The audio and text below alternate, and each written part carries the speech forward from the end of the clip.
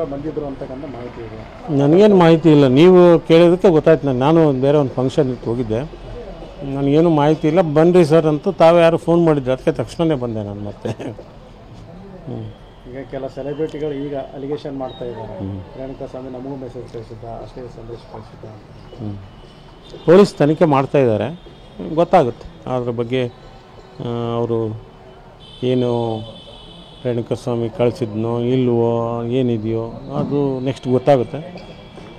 ಒಂದೊಮ್ಮೆ ಕಳಿಸಿದ್ರು ಅವರೆಲ್ಲನೂ ತಮ್ಮದೇ ಆದಂಥ ರೀತಿಯಲ್ಲಿ ಅವರು ಕಂಪ್ಲೇಂಟ್ ಕೊಟ್ಟು ಯಾಕೆ ಸುಮ್ಮನಿದ್ರು ಅವರು, ಆವಾಗಲೇ ಎಲ್ಲ ಅದ್ರ ಬಗ್ಗೆ ಇದನ್ನು ಮಾಡ್ಬೋದಾಗಿತ್ತು. ಅದು ಅವ್ರು ಸುಮ್ಮನಿದ್ದು ಒಂದು ರೀತಿ ಇದೆ ಅಲ್ವಾ ಅದು. ಹಾಂ, ಒಂದೊಮ್ಮೆ ಅವ್ನು ಮಾಡಿದರೆ ಅವ್ರು ಸುಮ್ಮನಿದ್ರು ಅಂದ್ರೆ ಅದು ಪ್ರೋತ್ಸಾಹ ಕೊಟ್ಟಂಗೆ ಆಯ್ತಲ್ಲ ಒಂದು ರೀತಿ. ಅದು ಮಾಡಬಾರ್ದಾಗಿತ್ತು ಅವರು. ಆವಾಗಲೇ ಕೊಟ್ಟಿದ್ರೆ ತಿದ್ಕೊಂಡ್ಬಿಡ್ತಿದ್ರು. ಮನುಷ್ಯ ಹೆಂಗೆ ಮಾನವ ಸ್ವಭಾವ ಹೆಂಗೈತೆ ಅಂದರೆ ತಪ್ಪು ಮಾಡೋದು ಸಹಜ, ತಪ್ಪು ಮಾಡಬಾರ್ದು, ಬರ್ತಿರ್ತದೆ. ಆದರೆ ಅದು ತಿದ್ಕೊಳ್ಳೋದಕ್ಕೂ ಮನುಷ್ಯನೇ ಅಲ್ಲ. ಆದ್ದರಿಂದ ಅದಕ್ಕೂ ಅವಕಾಶ ಇತ್ತು, ಏನೋ ಗೊತ್ತಿಲ್ಲ.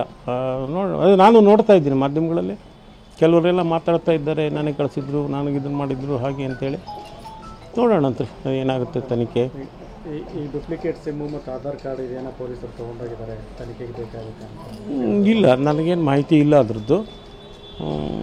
ಯಾವ ಡೂಪ್ಲಿಕೇಟ್ ಸಿಮ್ಮನ್ನು ಅವರೇ ತಗೊಳ್ತಾರೆ, ಅದು ಅವರೇ ಪೊಲೀಸ್ನವರೇ ತಗೋಬೇಕು. ಅದನ್ನು ನಾವು ಹೆಂಗೆ ತಗೊಳಕ್ಕೆ ಬರುತ್ತೆ?